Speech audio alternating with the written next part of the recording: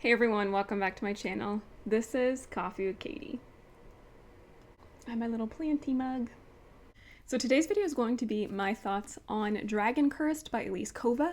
I was sent this arc by Entangled Teen and I also finished reading it via audiobook, but let's just get into it. So the premise of this book is that they live in this place called Vingard.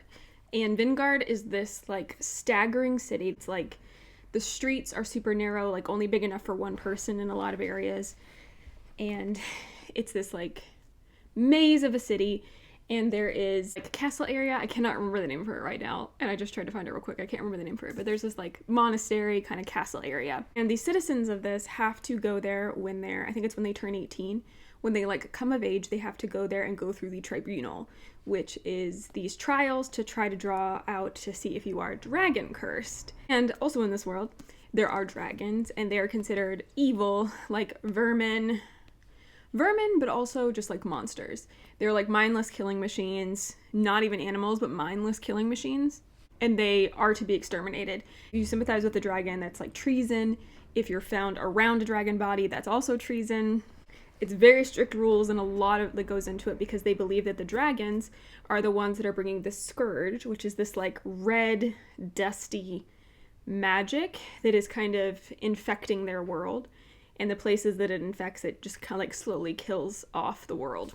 And their city is on kind of the outskirts of that, so they're trying to prevent it, and they believe that the dragons are causing the scourge, and so obviously they kill them on sight. So when their city is attacked by dragons, all of the mercy knights, the people that are trained to be knights, go and kill them because killing a dragon is a mercy, so that's why they're called the mercy knights. They're giving them mercy. And if they discover that you are dragon cursed, they will kill you immediately to show you mercy. So the main character is turning 18, and she believes that she might be dragon cursed because there's something different about her and she's not really sure what is going on. And she's going into this tribunal with her friend and her basically arch nemesis, and she's terrified that they're going to discover that she's dragon cursed, and she's terrified of dragons because when she was young, a dragon attacked her and left her scarred but didn't kill her, and she never understood why.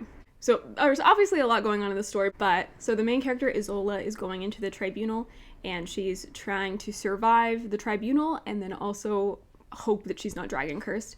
And when you go through the tribunal, again, it's like trials and things that they put you through, but a lot of it's brutal because you can trigger the dragon cursed changing with stressful situations and fear and pain. And so they kind of try to use all of those things against you. And so she's going into the tribunal to try to survive this and hope that she's not dragon cursed. And then if you survive, you become like a mercy knight, or you get another position in society. So you may do really well in there, and then they decide that you're going to be like a blacksmith and you'll do really well for yourself in the town. It really depends on this tribunal, and if you don't make it out, you either fail and you're not really good in society, or you fail because you're dragon cursed, which eliminates you. You're killed immediately. So it's kind of crazy. And then the vicar is the one in charge of all of this, and he's just an awful person and will beat you and stuff. So Isola doesn't know what to do in these situations, and she's just hoping to survive.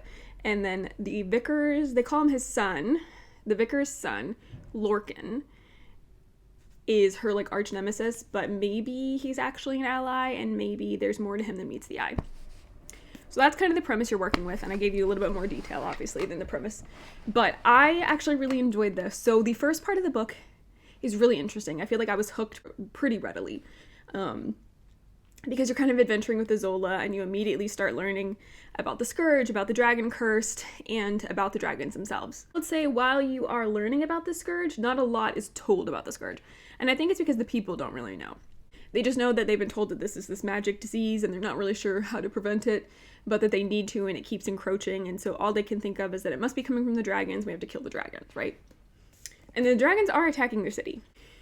And one of the interesting things about this, like the world building is cool, but you're very isolated in the world of what you see because you're just in the city, and then you're just in the like monastery area with the tribunal for 90% of the book, I would say.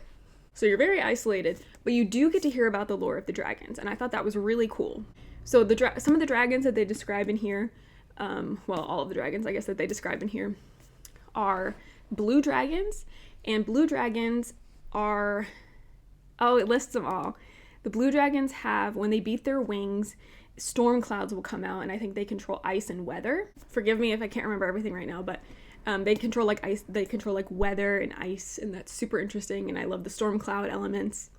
And then there are copper dragons, and I think they're the smallest but the most lethal. They're the most vicious. They breathe fire. And then there's yellow dragons that are the largest, but they don't really have offensive magic, but they have defensive magic. So they can shield themselves, like ward themselves, and they can heal themselves, and I think others as well, other dragons. And then there's purple dragons, and their roar causes madness, which is crazy. It's really interesting. And then green dragons have a mist that they like breathe out, and that causes hallucinations, and they also spit acid. So these are kind of like deadly, crazy situations to be in. Oh, I found Elise Kova's list. So the one I couldn't think of was silver, and the silvers are nimble, fast, and made of steel. So their scales are like plate armor, so they're insane. You can't penetrate it, and they're really defensive like that. So I loved getting all the dragons. I thought that was super cool, even though we don't get to interact with them a whole lot. They're attacking the city and kind of in and out. But I loved what we did get. And I would say the beginning is kind of fast-paced and really interesting and intense because she's dreading going to this tribunal. She thinks that it's basically a death sentence. Her family is preparing her to go, and really short, like, she gets in trouble with her mom because her mom is like a scientist that wants to study the dragons and study the scourge, which is illegal, and so she's kind of a pariah in this society. And also they think Isola, the vicar, said that Isola is Valor Reborn, and the Valor was the first knight that was like defeating the dragons, and they think that she is the Valor Reborn, which basically means the chosen one, their savior, and she will end all of the dragons. So because of that, she has a little bit of sway, which is the only reason her mother hasn't been basically killed yet. And then her father is a high-standing is it alchemist? He deals with runes and wards, and I cannot think of the name of it right now, but basically he's really high-standing in the society, and he's honored, and so she kind of looks down on him a little bit because she's not really sure about the society anymore, but also all of these standings help her and her family not be killed. So she does have a little bit of a sway, and because of that, other people hate her because they think, like, if you're Valor Reborn, why is all this stuff still happening? There's a lot of unfair blame and things that are going on. So she's obviously dreading going into this tribunal, and then on top of that, dreading interacting with all the people there. But she does have a best friend, Safia, that's going in with her, and no one knows that she is suspecting that she is dragon cursed. So she doesn't tell anybody, and she just has this, like, she kind of describes it as like a pain or an itching, and she doesn't know if it's from the scar of the dragon or what's going on. And her mother gives her these tinctures, but then she's going to the tribunal where she's going to be shut away for weeks, and she's afraid that she won't survive without the tinctures of her mother. And she's also like, I don't think normal people need these. So there's kind of a lot of mystery going into it. You're not really sure how it's going to go down. And then things continue to unravel. They're put through like awful situations and like tortured and starved and just like horrible situations in this academy, essentially. And the whole point is to draw out people that are weak and to draw out the dragon cursed. And if you push them far enough, they will kill you. So it's kind of a wild ride. But the first part is really fast-paced because it's tense. She's not sure what's going to happen. She's going to go to the tribunal, and then she gets in the tribunal, and it's kind of crazy right off the bat, where they make you hunt for keys and stuff. And then there's a little bit of the middle section that, again, most of the book is in the tribunal. So there's a little bit of the middle section where they're just kind of surviving and going through these trials and trying to figure out what to do. That's a little bit just like, I don't want to say lackluster, but it's just a little bit like, we're not really sure how the mysteries are going to be solved or how the plot is going to unravel, or how the plot is going to evolve. But it's not boring, but it's just, there's not a lot of the plot going on. I still really enjoyed the middle part. I just think the level of the middle part versus the beginning and the end are different pacing and different intensities. And a lot of intense stuff tends to like pique your interest more, but you can't write the whole book intense, you know? So that's kind of the middle part. But then the end, it really ratchets up, and it's kind of insane, actually. It's like one thing after the other, after the other, after the other, and you're just like, what just happened? And you're left reeling a little bit at the end. So it's gonna be a series. I think Elise Kova did announce that, but she's saying the next one doesn't come out until 2027. And that's sad. For me, anyway. Because this is my arc, but this is out now in the world. This was published in January. And now we gotta wait until 2027 to see what happens. So, a little bit of caution there. If you do want to read this, just know you're gonna have to wait. But I enjoyed the characters a lot. The three characters that you're only following one POV, Isola. But Isola, Lucan, and Safia, I liked all of their different characters and personalities.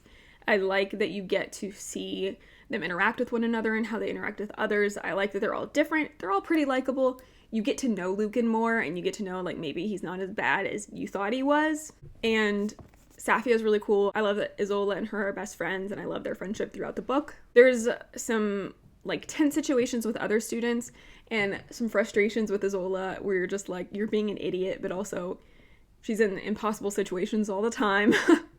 A couple of the qualms I did have was that Isola makes some stupid choices a couple of times. There's some situations where she makes dumb choices, right? And you're just like, why would you do that? And also, I feel like the world kind of pits you against each other, but I feel like they could have made different decisions sometimes. But it was a brutal world and life was hard. But the ending honestly took me off guard because I thought the whole point of the building of this was that part of this ending wasn't going to happen, and then it did. And then another thing happened, and another thing happened, and I thought, like, one of those would happen. Maybe. And then, or maybe, like, 4 things happened, and you thought one of them would happen, but they all did. And that was kind of crazy. Obviously, I'm not going to spoil it for you, but it's pretty wild.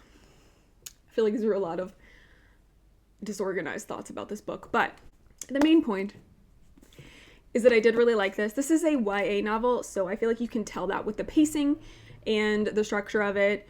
I like that personally. I think YA tends to be a lot more fast-paced, which I enjoy. But I think even if you are more of an epic fantasy reader and you like more of a slow development, I think you would still like this because there is a lot of the middle where they're trying to unravel things and just survive, honestly. You don't get a lot about the dragons in the world. I think you're going to get a lot more of that in book 2, which I'm excited about, but know that going into it that there's going to be a lot of, like, unanswered questions, which makes sense for the beginning of a series. There's also some really brutal things that happen in this. There's some sad things that happen in this. So it's not all, like, happy and great and defeating evil kind of a situation. It's not like that. But I really enjoyed this. The only other books from Elise Kova I have read so far have been, like, A Deal with the Elf King, those types of books. And I always thought they were just kind of, like, subpar, but I really genuinely enjoyed this one. And I am excited to continue. I love dragons. I loved the different types of dragons in this, and I'm excited to get more of the world because I think the world sounds really cool. So, I did really enjoy this. I think I ended up giving it 4 stars. If you have read this since it came out, I would love to know your thoughts on it as well. I think some people really enjoyed it. I think some people didn't, but I would like to know your thoughts on it. Or if you want to pick it up, please let me know. And if you made it this far in the video, please leave me a dragon emoji. That is it for this book review, and that is it for today's video. Please like this video if you liked it, subscribe if you want to, and I will see you next time. Stay safe and caffeinated. Bye.